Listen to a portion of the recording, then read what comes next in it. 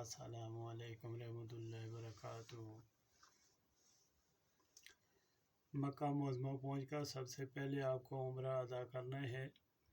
میقات یا ہل حدود حرم سے باہر کی جگہ سے احرام باندھنا ہوگا آپ کو۔ خانہ کعبہ کا طواف کرنا۔ احرام کے لیے تلبیہ اور نیت دونوں فرض ہیں، اور طواف کے لیے صرف نیت فرض ہے۔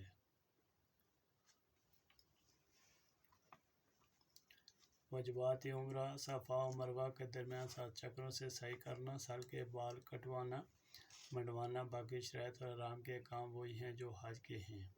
عمرہ کی نیت: عمرہ کا احرام باندھنے سے پہلے غسل کرنا افضل ہے، ورنہ وضو کر لیں اور اس غسل میں نیت احرام کی کر لیں۔ اس کے بعد ایک چادر لنگی کی طرح باندھ لیں اور دوسری سر پر چادر کی طرح اوڑھ لیں۔ پھر 2 رکعت نماز نفل برائے عمرہ ادا کریں، بشرطیکہ کہ مکروہ وقت نہ ہو، اور سلام پھیرتے ہی سر کھول دیں اور پھر عمرہ کی نیت کریں۔ نیت اس طرح ہے کہ اللہ میں نے ارادہ کیا عمرہ کا، اس کو میرے لیے آسان کر دے اور قبول کر لے، اور مجھ سے اس کے ادا کرنے میں میری مدد فرما اور اس کو میرے لیے برکت فرما۔ نیت کی میں نے عمرہ کیا اور احرام باندھا اس کے ساتھ اللہ تعالیٰ کے لیے۔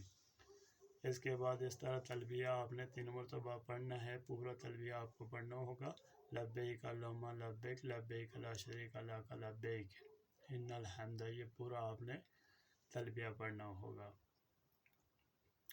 تلبیہ کو زبانی یاد کر لینا نہایت ضروری ہے۔ جتنے دن مکہ معظمہ میں حج ہونے تک آپ رہیں، ذکر اللہ کرتے رہیں۔ اللہ رب العزت کو احرام کی حالت میں آپ کا تلبیہ پڑھنا بہت پسند ہے، اور تلبیہ کے اندر حق کی پوری دعائیں ہیں، اس لیے خوب دل لگا کر پڑھیں، اور جتنا خلوص آپ کے تلبیہ میں ہوگا، اللہ تعالیٰ کی کشش آپ کی طرف اتنی ہی زیادہ ہوگی۔ اس کے بعد خوب گر کڑا کر اللہ تعالیٰ کے حضور اپنے فریضہ حج کی کامیابی اور بہتر ادائیگی کی دعا مانگیں۔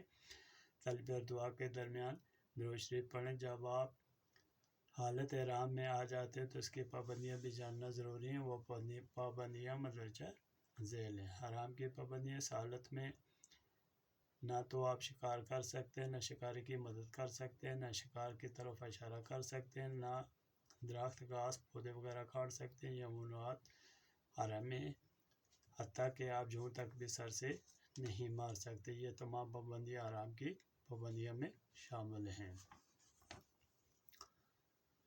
نہ ناخن تراش کر سکتے ہیں، نہ جسم سے کوئی بال توڑ سکتے ہیں، نہ انہیں کاٹ سکتے ہیں، کسی خوشبو کا استعمال نہیں کر سکتے، سلا ہوا کپڑا پہنے بغیر نہیں پہن سکتے، امامہ نہیں باندھ سکتے، موزے نہیں پہن سکتے، سر اور چہرہ نہیں ڈھانپ سکتے، میاں بیوی بوس و کنار اور ازواجی تعلقات ادا نہیں کر سکتے۔ یہ سب حالت احرام سے قبل کی جائز باتیں حالت احرام میں حرام کر دی گئی ہیں۔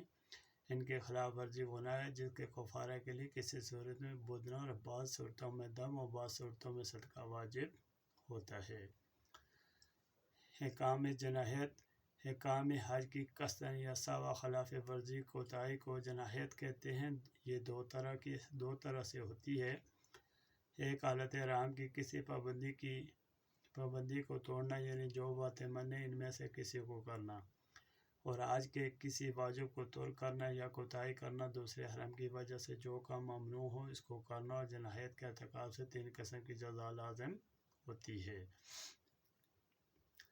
دم، بدنہ اور صدقہ۔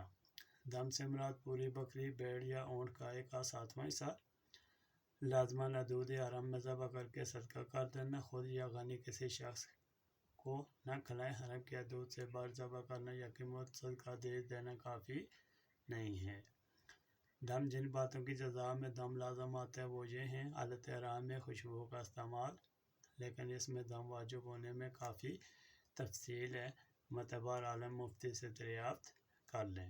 اچار، چٹنی وغیرہ کھانے کے اشیاء میں خوشبو ملا کر پھر پکائی نہ گئی ہو اور خوشبو غالب ہو، اس طرح پینے کی مشروبات میں بھی خوشبو غالب ہو تو دم واجب ہوگا۔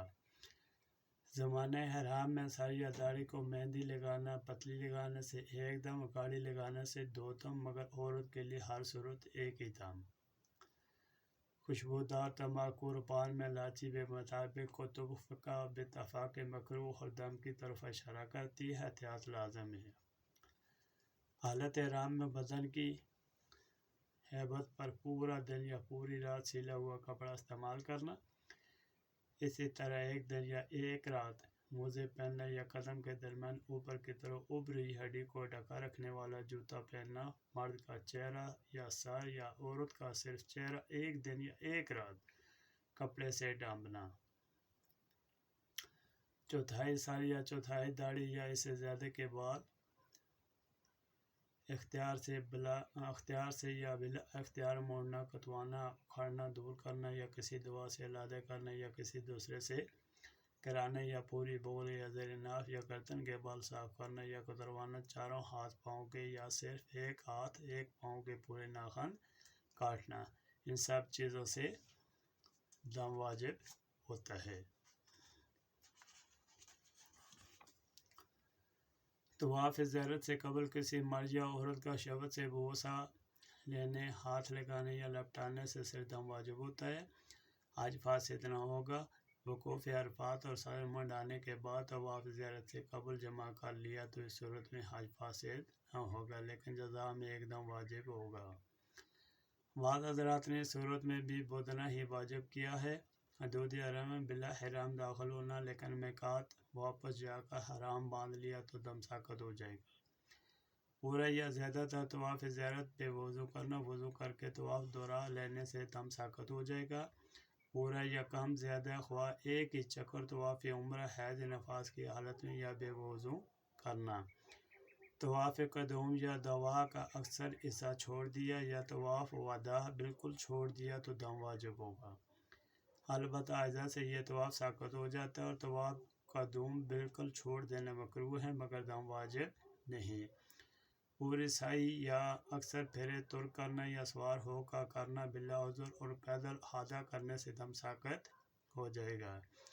अरफात से गुरूब आफ्ताब से पहले निकल जाना, लेकिन कबल गुरूब वापस आकर बाद गुरूब निकलने से दम साकत हो जाएगा। बिला उज़्र वक़ूफ़ मुज़दलिफ़ा तुर करना, एक दिन की पूरी या अक्सर किकरियाँ छोड़ना।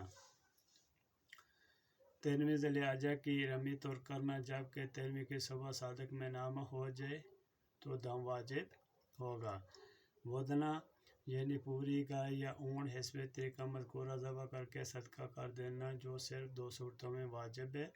हैज़, नफास या जनाबत की हालत में तवाफ़ ज़ियारत करना, वक़ूफ़ अरफा के बाद हलक से पहले जमा करना।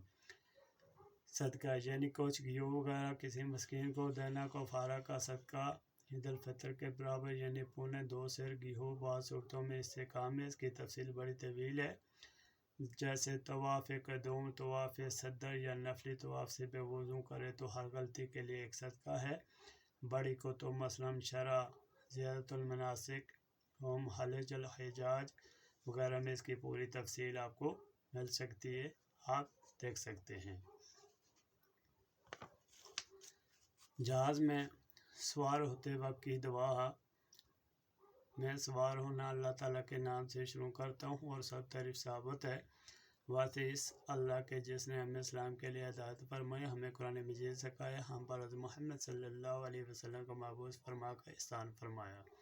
शुक्र है इस ज़ात का कि जिसने मुझे बेहतरीन उम्मत में पैदा फरमाया जो लोगों की हिदायत और भलाई के लिए निकाली गई है। पाक है वो ज़ात जिसने मुस्तखर किया हमारे लिए इस जानवर को, और नहीं थे हम इसके काबू करने के लिए ताकत रखने वाले हो। हाँ, अपने परवरदिगार की तरफ लौटने वाले हैं और हर तरह की तारीफ साबित वास्ते अल्लाह ताला की जो सारे जान का पालने वाला है। पाकिस्तान से जद्दा तक का सफ़र इंशाअल्लाह आप तकरीबन 4-5 घंटे में तय कर लेंगे। सफ़र के दौरान दिल में या बावाज़ बुलंद तलबिया दुरूद शरीफ इस्तग़फ़ार पढ़ते हुए जाएं और अपनी लू अल्लाह ताला से लगाएं। इसका जितना भी शुक्र अदा करें काम में। याद रखें आपकी हाज़िरी ऐसी जगह हो रही है जहाँ नसीब वाले ही जाते हैं, जहाँ जाना तो दरकिनारा, वहाँ का ख्याल भी आपके ज़हन में अल्लाह ताला की मर्ज़ी के बगैर नहीं आ सकता। खालिक कायनात मेरा बोलना आपका सुनना, फिर सुनकर इस पर अमल करने की तौफ़ीक़ अता फ़रमाए। अल्लाह रब्बुल इज़्ज़त हमें हाजी बैतुल्लाह की ज़ियारत नसीब फ़रमाए। आमीन या रब्बिल आलमीन। अस्सलामु अलैकुम व रहमतुल्लाहि व बरकातुहू।